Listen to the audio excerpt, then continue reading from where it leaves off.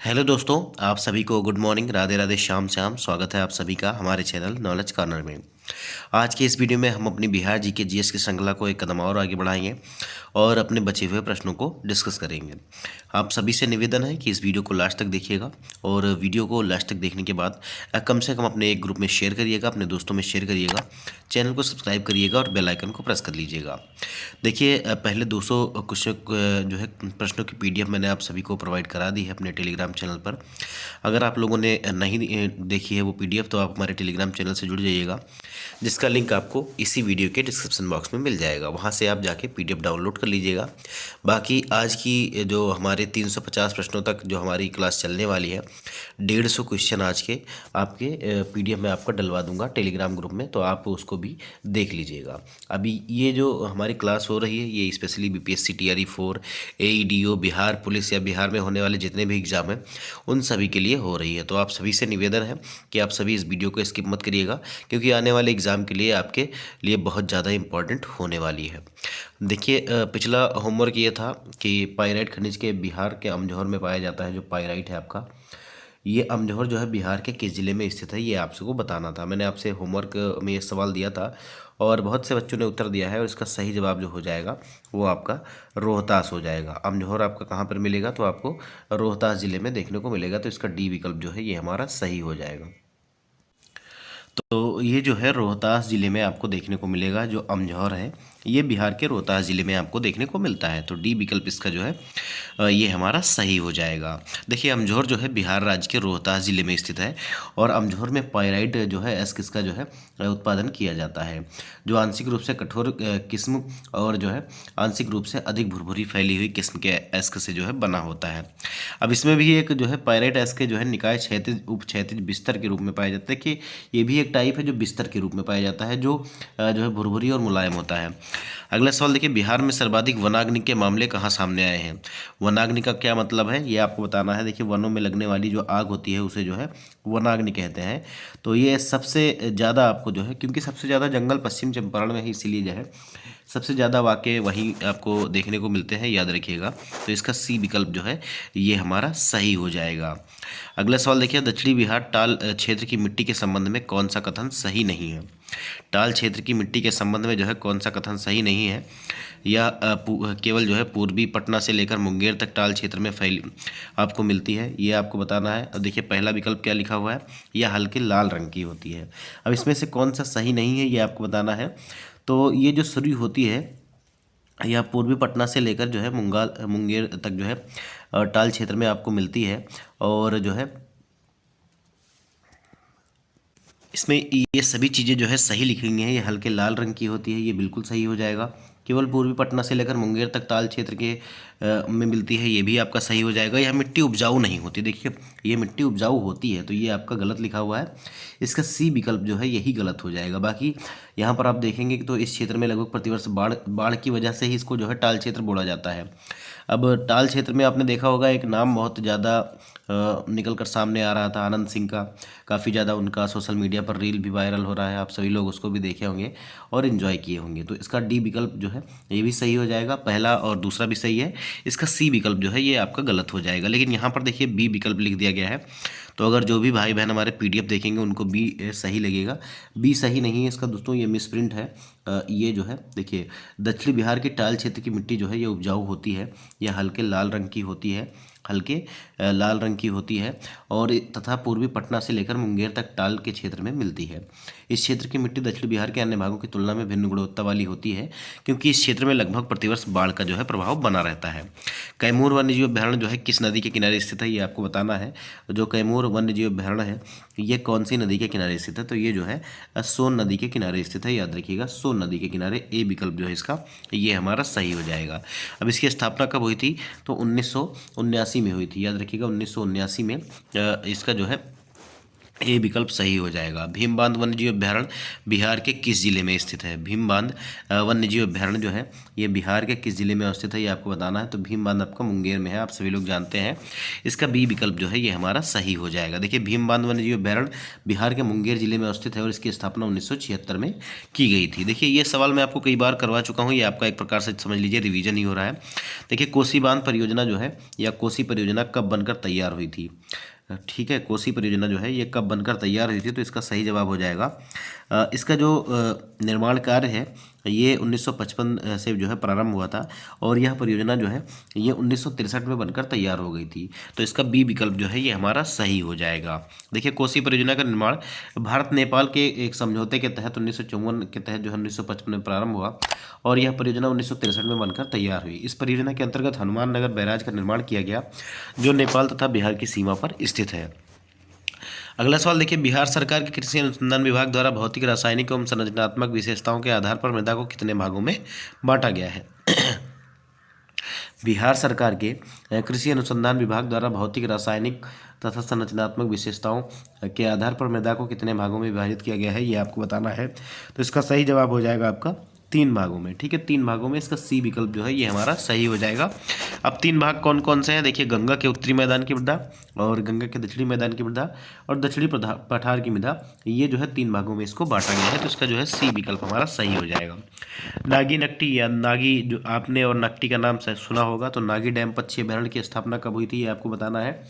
Nagi dam पक्षी अभ्यारण्य की स्थापना जो है ये कब हुई थी? तो इसका सही जवाब हो जाएगा 1987 में। 1987 में इसकी स्थापना हुई थी। ए विकल्प जो है ये हमारा सही हो जाएगा। है कहाँ पे ये? तो बिहार के जमुई जिले में है। जमुई में क्या पाया जाता है? सोना भी पाया जाता है, ये भी याद रखिएगा। अगला सवाल देखिए, बिहार के अति सघन वन क्षेत्र कितना है? बिहार में जो है अति सघन वन क्षेत्र कितना है, ये आपको बताना है। तो इसका सही जवाब क्या हो जाएगा? तो इसका सही जवाब हो जाएगा, देखिए यहाँ पर जो है अति सघन मतलब बहुत ही ज़्यादा सघन है, ये 387 किलोमीटर स्क्वायर क्षेत्र में आपका पाया जाता है। और मध्यम सघन वन जो पाया जाता है ये 3284.21 वर्ग किलोमीटर में, और खुले वन का जो एरिया है वो 3861.24 वर्ग किलोमीटर में आपको देखने को मिलता है। तो इसका पहला विकल्प जो है ये हमारा सही हो जाएगा। इस प्रकार की मिट्टी नेपाल की सीमा के साथ पूर्व में किशनगंज से लेकर पश्चिम चंपारण तक की पहाड़ियों में आपको देखने को मिलती है। तो ये कौन सी मिट्टी है? तो ये आपका इसका सी विकल्प सही हो जाएगा। सी विकल्प कह रहा हूँ, इसका बी विकल्प सही हो जाएगा, तराई मिट्टी। क्योंकि ये क्षेत्र जो है ये तराई क्षेत्र है, नेपाल की सीमा के समानांतर जो क्षेत्र है पश्चिम चंपारण से लेकर किशनगंज तक, तो यहाँ पर एक मोटी पट्टी में आपका जो है तराई मिट्टी पाई जाती है। तो बी विकल्प इसका जो है ये हमारा सही हो जाएगा, याद रखिएगा। देखिए तराई मिट्टी नेपाल की सीमा के साथ पूर्व में किशनगंज से लेकर पश्चिम में जो है चंपारण की पहाड़ियों तक जो है 7 से 8 किलोमीटर चौड़ी पट्टी में आपको देखने को मिलती है। देखिए फेल्सपार बिहार के किस जिले में पाया जाता है? फेल्सपार जो है ये बिहार के किस जिले में पाया जाता है? तो इसका सही जवाब हो जाएगा आपका ये देखिए मुंगेर में भी पाया जाता है, गया में और जमुई में भी पाया जाता है। तो इसका जो है डी विकल्प सही हो जाएगा। उपयुक्त में से सभी डी विकल्प इसका जो है ये हमारा सही हो जाएगा। देखिए फेल्सपार जो है बिहार के मुंगेर, भागलपुर, जमुई और गया जैसे जिलों में पाया जाता है। जमुई के शंकरपुर क्षेत्र में फेल्सपार का जो है प्रमुख जमाव होता है। अगला सवाल देखिए, बिहार की उराव जनजाति किस जिले में पाई जाती है? बिहार की जो है उराव जनजाति कौन से जिले में पाई जाती है, ये आपको बताना है। तो उराव जनजाति जो पाई जाती है ये रोहतास, बक्सर, दरभंगा, कैमूर, चंपारण, भागलपुर, सुपौल जिलों में पाई जाती है। तो यहाँ भी पाई जाती है, बक्सर में भी, दरभंगा में भी। तो ये उपयुक्त में से सभी हो जाएगा। ठीक है, उपयुक्त सभी जो है ये सही हो जाएगा। इसका डी विकल्प सही हो जाएगा। देखिए कहाँ कहाँ पाई जाती है? तो ये रोहतास, बक्सर, दरभंगा, कैमूर, चंपारण, भागलपुर, सुपौल जिलों में आपको देखने को मिलती है। देखिए बिहार का सर्वाधिक वन क्षेत्र वाला जिला कौन सा है? सर्वाधिक वन क्षेत्र कहाँ पे आपको देखने को मिलेगा? तो इसका जो सही जवाब हो जाएगा ये आपका कौन सा हो जाएगा? कैमूर। ठीक है, कैमूर में सबसे ज़्यादा आपको 1025.68 वर्ग किलोमीटर जो है वन देखने को मिलते हैं।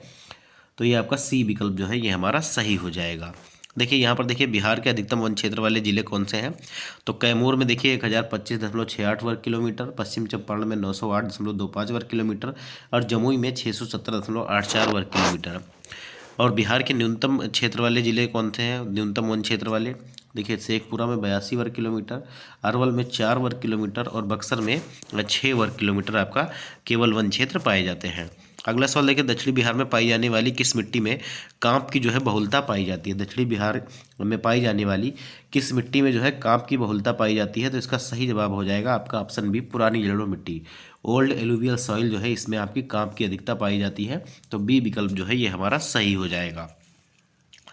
देखिए यहाँ जो है बाढ़ का पानी नहीं पहुँच पाता है। बिहार का सबसे उत्तरी जिला कौन सा है? बिहार का सबसे उत्तरी जिला कौन सा है ये आपको बताना है। तो बिहार का सबसे उत्तरी जिला जो हो जाएगा ये पश्चिमी चंपारण हो जाएगा। अगर हम बात करें तो बिहार का सबसे उत्तरी जिला पश्चिमी चंपारण, सबसे दक्षिणी जिला गया और सबसे पश्चिमी जिला जो है कैमूर और सबसे पूर्वी जिला जो है ये आपका किशनगंज हो जाएगा। तो ये चारों चीज़ें आप लोग याद रखिएगा, सबसे उत्तरी पश्चिमी चंपारण और सबसे दक्षिणी गया, सबसे पश्चिम में कैमूर और सबसे पूर्व में जो है ये किशनगंज आपको देखने को मिलेगा। बिहार का सबसे गर्म स्थान कौन सा है? बिहार का जो है सबसे गर्म स्थान कौन सा है? तो इसका सही जवाब हो जाएगा गया। गया जो है ये बिहार में सबसे गर्म स्थान रहता है। इसका सी विकल्प जो है ये हमारा सही हो जाएगा। अगला सवाल देखिए, गंगा नदी की लंबाई बिहार में लगभग कितनी है? तो कितनी है आप सभी लोगों को ऐसे भी पता होगा ये सवाल। इसका जो सही जवाब हो जाएगा ये आपका 445 किलोमीटर हो जाएगा। बी विकल्प जो है ये हमारा सही हो जाएगा। देखिए बिहार में यह नदी जो है पश्चिम से पूर्व के क्रम में बहती है। मुख्यतः जो है ये बक्सर से एंटर करती है। बक्सर, भोजपुर, सारण, पटना, वैशाली, समस्तीपुर, बेगूसराय, खगड़िया, मुंगेर, भागलपुर और कटिहार जिलों से प्रवाहित होती है। यह नदी जो है चौसा, बक्सर के पास बिहार में प्रवेश करती है और कटिहार एवं साहेबगंज के बीच सीमा बनाते हुए ये जो है मतलब बिहार और झारखंड के बीच सीमा बनाते हुए पश्चिम बंगाल में प्रवेश कर जाती है। अगला सवाल देखिए, 19वीं पशुधन जनगणना के अनुसार बिहार की पशुधन जनसंख्या कितनी थी?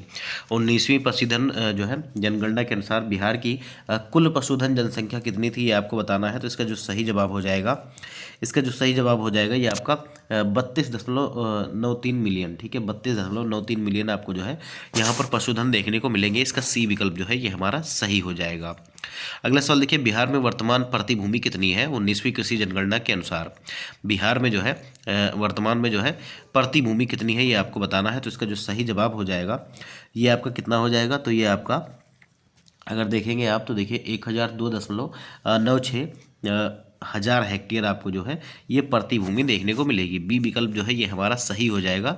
देखिए 19वीं कृषि जनगणना के अनुसार बिहार में वर्तमान प्रतिभूमि जो है ये 1002.96 हज़ार हेक्टेयर है, जो कुल भौगोलिक क्षेत्रफल का 10.72% है। ठीक है, या 10.72% है। वर्तमान प्रतिभूमि वह भूमि है जो पिछले एक वर्ष में खेती में नहीं रही, लेकिन उससे पहले के वर्षों में खेती जो है योग्य रही है। भौगोलिक क्षेत्रफल कितना है इसका? तो 94,163 वर्ग किलोमीटर है, आप सभी लोग जानते हैं। और भूमि उपयोग के लिए रिपोर्टिंग क्षेत्र जो है ये आपका 9,359 जो है 57 जो है हेक्टेयर, मतलब लगभग 100% आपको देखने को मिलता है। वन इसमें कितना है? तो ये आपका 6.64%। और यहाँ पर भूमि खेती के लिए उपलब्ध नहीं है, तो ये 2181.11 जो हो जाएगा। और अस्थाई चारागाह यहाँ पर सभी जो है डेटा दिए गए हैं, आप सभी लोग पीडीएफ में पढ़ लीजिएगा। देखिए बिहार भारत के किस क्षेत्र में स्थित एक भू आवेष्टित राज्य है? बिहार जो है भारत के कौन से जो है क्षेत्र में स्थित है ये आपको बताना है। तो 320 नंबर का सवाल है दोस्तों। 320 नंबर का सवाल इसका देखिए, बिहार आपको उत्तर पूर्व में देखने को मिलता है, याद रखिएगा। ये तो आपका उत्तर हो गया और ये आपका पूर्व हो गया, तो ये कोने पे आपको देखने को मिलता है थोड़ा। तो बी विकल्प जो है इसका ये हमारा सही हो जाएगा। देखिए यहाँ पर लिखा भी हुआ है कि बिहार भारत के उत्तर पूर्वी क्षेत्र में स्थित एक भू आवेष्टित राज्य है, जिसके उत्तर में नेपाल, दक्षिण में झारखंड, पूर्व में पश्चिम बंगाल और पश्चिम में उत्तर प्रदेश स्थित है। बिहार राज्य का जो भौगोलिक विस्तार है 24 डिग्री 20 मिनट 10 सेकंड जो है उत्तरी अक्षांश से लेकर 27 डिग्री 31 मिनट 15 सेकंड उत्तरी अक्षांश तथा 83 डिग्री 19 मिनट 50 सेकंड पूर्वी देशांतर से लेकर ये 88 डिग्री 17 मिनट और 40 डिग्री पूर्वी देशांतर के मध्य जो है स्थित है। अगला सवाल देखिए, बिहार के उत्तर से दक्षिण तथा दक्षिण तक अधिकतम लंबाई और पूर्व से पश्चिम तक जो है अधिकतम चौड़ाई जो है कितनी है? अब आपसे जो है उत्तर से दक्षिण के बीच में ये पूछ रहा है पहले, और बाद में जो है ये जो है दूरी पूछ रहा है। तो अगर हम देखेंगे तो उत्तर से दक्षिण की ओर की दूरी कितनी हो जाएगी आपकी? तो ये जो है ये 345 किलोमीटर है और ये आपका जो है 483 किलोमीटर है। ठीक है, तो 345 और 483 आपको बी विकल्प में दिख रहा है। तो हमारा बी विकल्प जो है ये हमारा सही हो जाएगा। देखिए बिहार के उत्तर से दक्षिण तक अधिकतम लंबाई जो है 345 किलोमीटर है और पूरब से पश्चिम तक अधिकतम जो चौड़ाई है ये 483 किलोमीटर है। इसका संपूर्ण क्षेत्रफल आपको पता ही है, इसीलिए मैं इसको नहीं पढ़ रहा हूँ। बिहार की समुद्र तट से जो है दूरी कितनी है, तो ये जो है 200 किलोमीटर है। अगला सवाल देखिए, औरंगाबाद जिला की स्थापना किन 2 जिलों से की गई थी? औरंगाबाद जिले की स्थापना जो है ये कौन से 2 जिलों से की गई थी? तो इसका सही जवाब हो जाएगा पूर्वी चंपारण और गया जिलों को मिलाकर थोड़ा थोड़ा हिस्सा काटकर जो है औरंगाबाद बनाया गया था। ए विकल्प जो है ये हमारा सही हो जाएगा। अब देखिए औरंगाबाद जिले की स्थापना हुई कब? तो 1972 में। यह जिला पूर्वी चंपारण और जो है गया जिलों से बनाया गया। यहाँ की स्थानीय भाषा मैथिली है। कोयला आधारित नबीनगर सुपर थर्मल पावर परियोजना और औरंगाबाद के सिवानपुर में स्थित है। नदियाँ यहाँ से कौन कौन सी हैं? आदरी, पुनपुन, औरंगा, बटाड़े, मोहर और मदर मानक नदियाँ जो है यहाँ से बहती हैं। देखिए बिहार के वे 3 जिले कौन से हैं जो पश्चिम बंगाल के साथ सीमा साझा करते हैं? तो कटिहार, पूर्णिया और किशनगंज। ठीक है, कटिहार, पूर्णिया और किशनगंज, इसका पहला ही जवाब जो है ये हमारा सही हो जाएगा। अगला सवाल देखिए 324 नंबर का सवाल है कि बिहार के वे 7 जिले कौन से हैं जो उत्तर प्रदेश के साथ सीमा साझा करते हैं? तो सीमा कौन कौन सा साझा करेगा? तो आप सभी को बहुत ही पता होगा आसानी से कि वो कौन कौन से जिले हैं। तो देखिए इसमें कैमूर हो जाएगा, बक्सर हो जाएगा, आरा हो जाएगा, छपरा हो जाएगा, सीवान हो जाएगा। इसके अलावा अगर हम देखें गोपालगंज हो जाएगा और पश्चिम चंपारण हो जाएगा। तो पहला ही विकल्प जो है हमारा सही हो जाएगा, कैमूर, बक्सर, आरा, छपरा और सीवान, गोपालगंज और पश्चिम चंपारण। तो इसका पहला ही विकल्प जो है ये हमारा सही हो जाएगा। दोस्तों याद रखिएगा, इसका जो है पहला विकल्प हमारा सही हो जाएगा, याद रखिएगा। अगला सवाल देखिए 325 नंबर का ये सवाल है कि बिहार के वे 8 जिले कौन से हैं जो झारखंड के साथ जो है सीमा साझा करते हैं?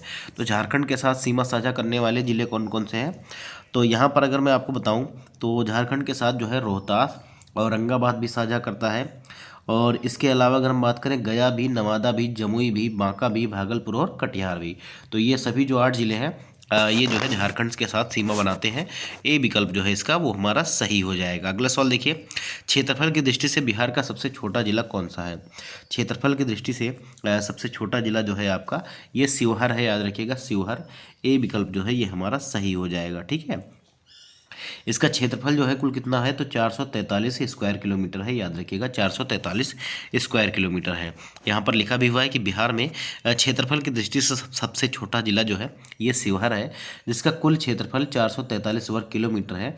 और बिहार में क्षेत्रफल की दृष्टि से सबसे छोटा जिला शिवहर है, जिसका कुल क्षेत्रफल 443 वर्ग किलोमीटर है। इस जिले में कुल साक्षरता जो है ये 53.78% है। जो 2011 में इस जिले की जनसंख्या कितनी थी? तो 6 देखिए 65 लाख, हम ऐसे पढ़ सकते हैं 6,56,916। गलती से 65 लाख पढ़ दिया, तो 6,56,916 इसकी जनसंख्या थी। और जनसंख्या के हिसाब से सबसे छोटा जिला आपका शेखपुरा हो जाएगा। अगला सवाल देखिए, बिहार का सबसे नवसृजित जिला अरवल किस जिले के विभाजन उपरांत बनाया गया था? मतलब सबसे जो नवीन जिला बना वो अभी अरवल है। और अरवल का विभाजन जो है ये हुआ था 2001 में। ये अरवल जो है 2001 में बनाया गया था। और ये कौन से ज़िले से बनाया गया था काट कर? तो ये जहानाबाद से काट कर जो है अरवल ज़िला बनाया गया था। तो इसका डी विकल्प जो है ये हमारा सही हो जाएगा। देखिए ये जो है 20 अगस्त 2001 को बना था और जहानाबाद ज़िले के विभाजन से इसको बनाया गया था। अरवल ज़िला जो है ये मगध जो है प्रमंडल में पड़ता है और यह ज़िला जो है 2001 में स्थापित किया गया। पूर्व में यह जहानाबाद जिले का हिस्सा था। जिले में कुल 1 अनुमंडल और 5 प्रखंड हैं। जिले के सबसे निकटतम हवाई अड्डा जो है ये जयप्रकाश नारायण अंतर्राष्ट्रीय हवाई अड्डा ये पटना में है। यहाँ प्रमुखता जो है धान, गेहूँ और मक्का जैसी खाद्य फसलों का उत्पादन किया जाता है। देखिए बिहार का वह जिला जिसकी सीमा उत्तर प्रदेश और झारखंड दोनों से लगती है। तो आपका रोहतास ऐसा जिला है जो आपका उत्तर प्रदेश से भी लगता है और जो है झारखंड से भी लगता है, याद रखिएगा। इसका सी विकल्प जो है ये हमारा सही हो जाएगा। अगला सवाल देखिए, बिहार निम्नलिखित में से किस राज्य के साथ अपनी सीमा साझा नहीं करता है? पश्चिम बंगाल के साथ साझा करता है, झारखंड के साथ साझा करता है, उत्तर प्रदेश के साथ साझा करता है, लेकिन उड़ीसा के साथ में साझा नहीं करता है। डी विकल्प जो है ये हमारा सही हो जाएगा। अगला सवाल देखिए, बिहार के सर्वाधिक जिलों को कौन सा राज्य जो है स्पर्श करता है? तो बिहार का जो सर्वाधिक जिला है 8 जिले जो है ये जो है उत्तर प्रदेश से सीमा साझा करते हैं। अब उत्तर प्रदेश और झारखंड जो है दोनों से 8 जिले लगते हैं। तो यहाँ पर हम कह सकते हैं कि हमारा उपयुक्त में से एक से अधिक जो है सही जवाब हो जाएगा।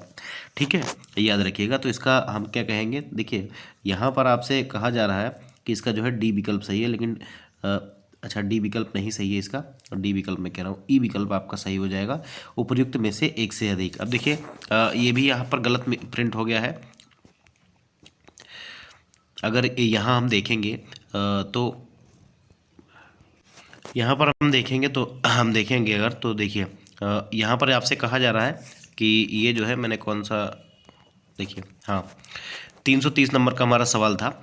यहाँ पर इसका जो है आंसर बी माना गया है, लेकिन ये बी नहीं होगा, क्योंकि 8 जिले जो है इससे भी सीमा साझा करते हैं और 8 हिस्से भी करते हैं, तो उपयुक्त में से एक से अधिक हो जाएगा। आप इसको जाकर करेक्ट कर लीजिएगा, ठीक है। यहाँ पर लिख तो दिया गया है कि झारखंड के साथ जो है 8 जिले साझा करते हैं, लेकिन उत्तर प्रदेश के साथ भी जो है 8 जिले ही साझा करते हैं, याद रखिएगा। अगला सवाल देखिए, इनमें से कौन सा कथन गलत है। पटना प्रमंडल के जिले हैं, पटना प्रमंडल के जिले कौन कौन से हैं। यहाँ पर कहा जा रहा है कि पटना प्रमंडल में आपको कौन कौन से जिले देखने को मिलेंगे। पटना, नालंदा, बक्सर और भोजपुर, रोहतास, कैमूर, तो ये सही है। पटना प्रमंडल के अंतर्गत आपका पटना, नालंदा, बक्सर, भोजपुर, रोहतास और कैमूर आपको देखने को मिलेगा। और मगध प्रमंडल के जिले हैं औरंगाबाद, गया और नवादा, जहानाबाद, अरवल। तो अभी आपने अरवल के बारे में पढ़ा था कि ये जो है मगध प्रमंडल का हिस्सा है, तो बिल्कुल ये आपका सही हो जाएगा। अगला देखिए, कह रहा है मुंगेर प्रमंडल के जिले हैं मुंगेर, लखीसराय, शेखपुरा, जमुई, खगड़िया और बेगूसराय, तो ये भी आपका सही हो जाएगा। अब देखिए यहाँ पर कहा जा रहा है कि दरभंगा जो है प्रमंडल के कितने ज़िले हैं, तो दरभंगा, सहरसा, सुपौल, ये आपसे कह रहा है। लेकिन अगर हम देखें तो दरभंगा प्रमंडल में आपके जो है दरभंगा, मधुबनी और समस्तीपुर आते हैं। दरभंगा के बाद जो है ये आपका मधुबनी आएगा और समस्तीपुर आएगा, याद रखिएगा। तो यहाँ पर आपको सहरसा और सुपौल देखने को नहीं मिलेगा, तो यही आपका गलत हो जाएगा। और आपसे गलत ही पूछा था, इसीलिए डी विकल्प जो है ये हमारा सही हो जाएगा। देखिए दरभंगा प्रमंडल के अंतर्गत जो है दरभंगा, मधुबनी और समस्तीपुर जिले आते हैं, ना कि सहरसा और सुपौल। भारत के राज्यों में प्रशासनिक सुविधा के लिए जो है ये प्रमंडल बनाए गए हैं, जिसमें कई जो है प्रमंडल शामिल होते हैं। जिले को हम मंडल कहते हैं, याद रखिएगा। और अपने उत्तर प्रदेश में तो है मंडल अलग है, जिले अलग हैं, याद रखिएगा। आमतौर पर इसके अंतर्गत कई मंडल आते हैं, जिसमें आपका इसका नियंत्रण जो है आयुक्त कमिश्नर के हाथ में होता है, और वे राज्य के विभागीय सचिव को रिपोर्ट करते हैं। देखिए जुलाई 2018 तक पटना जिला बिहार के कितने जिले से सीमाबद्ध था। जुलाई 2018 तक जो है पटना जिला कितने जिले से जो है सीमा साझा करता था, तो इसका सही जवाब हो जाएगा ये जो है 9 जिलों से जो है सीमा साझा करता था, याद रखिएगा। इन 9 जिलों का नाम क्या है ये आपको बताना है, तो इसमें हो जाएगा आपका भोजपुर, सारण, वैशाली, समस्तीपुर, बेगूसराय, लखीसराय, नालंदा, जहानाबाद और अरवल, याद रखिएगा। तो इसका सी विकल्प जो है ये हमारा सही हो जाएगा। अगला सवाल देखिए, बिहार भारत की कुल जनसंख्या का कितने प्रतिशत हिस्सा है। बिहार जो है भारत की कुल जनसंख्या का कितने प्रतिशत हिस्सा है, तो ये लगभग जो है 8.60% जो है हिस्सा है पूरे भारत का 2011 की जनगणना के अनुसार। तो इसका बी विकल्प जो है ये हमारा सही हो जाएगा। अगला सवाल अगर देखेंगे हम 2011 की जनगणना के अनुसार बिहार में सर्वाधिक दशकीय जनसंख्या वृद्धि वाला जिला कौन सा है, वृद्धि दर वाला जिला कौन सा है, ये आपको बताना है कि प्रत्येक 10 साल में जो है जनसंख्या सबसे ज़्यादा कहाँ बढ़ रही है। तो इसका जो सही जवाब हो जाएगा ये आपका हो जाएगा मधेपुरा, ठीक है। मधेपुरा जो है ये आपका सही हो जाएगा, बी विकल्प इसका सही जवाब हो जाएगा। यहाँ पर आप देखिए 2011 की जनगणना के अनुसार बिहार में सर्वाधिक जनसंख्या दशकीय वृद्धि दर वाला जिला जो है ये आपका मधेपुर है, जो 31.12% है इसका जो है जनसंख्या दशकीय जो है वृद्धि दर। सर्वाधिक जनसंख्या वाला जिला पटना हो जाएगा, न्यूनतम जनसंख्या वाला जिला शेखपुरा हो जाएगा, और सर्वाधिक जनसंख्या दशकीय वृद्धि दर वाला जिला आपका मधेपुरा, और सबसे जो है कम जनसंख्या दशकीय वृद्धि दर वाला जो है वो गोपालगंज हो जाएगा। अगला सवाल देखिए, 2011 की जनगणना के अनुसार बिहार के किस जिले की पुरुष साक्षरता दर सबसे अधिक है, ये आपको बताना है। तो इसका सही जवाब आपका क्या हो जाएगा, ये रोहतास हो जाएगा। पुरुष और महिला में दोनों में रोहतास ही आगे है साक्षरता के मामले में। अगला सवाल देखिए, 2011 की जनगणना के अनुसार साक्षरता दर के आधार पर भारत के राज्यों में बिहार का स्थान कौन सा है। तो बिहार का स्थान कौन सा है दोस्तों, तो इसका स्थान जो है ये 29वां हो जाएगा, ठीक है। अब देखिए 28 ही राज्य बचे हैं, पहले थे लेकिन अब जो है 28 ही राज्य बचे हैं, तो बी विकल्प जो है ये हमारा सही हो जाएगा। अगला सवाल देखिए, जनगणना 2011 के अनुसार साक्षरता की दृष्टि से भारत के राज्यों और केंद्र शासित प्रदेशों में बिहार का कौन सा स्थान है? तो इसका सही जवाब कौन सा हो जाएगा? अब 2011 की जनगणना के अनुसार की बात की जाएगी, क्योंकि अभी तक सेंसस हुए नहीं है, तो इसमें जो है इसका स्थान जो है ये 36वां था। डी विकल्प जो है ये हमारा सही हो जाएगा।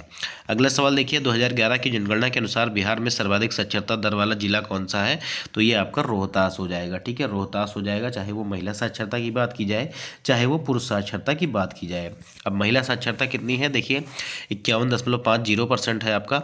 ठीक है, कहीं कहीं 51.50 लिख कर आता है, तो 51.50 जो है ये संपूर्ण बिहार की जो है महिला साक्षरता है। यहाँ पर केवल और केवल रोहतास जिले का दिखाया गया है। तो रोहतास जिले की जो साक्षरता है ये 73.37% है, और सर्वाधिक साक्षरता दर वाला जिला जो है ये आपका रोहतास हो जाएगा। न्यूनतम साक्षरता दर कहाँ पे है? पूर्णिया में है।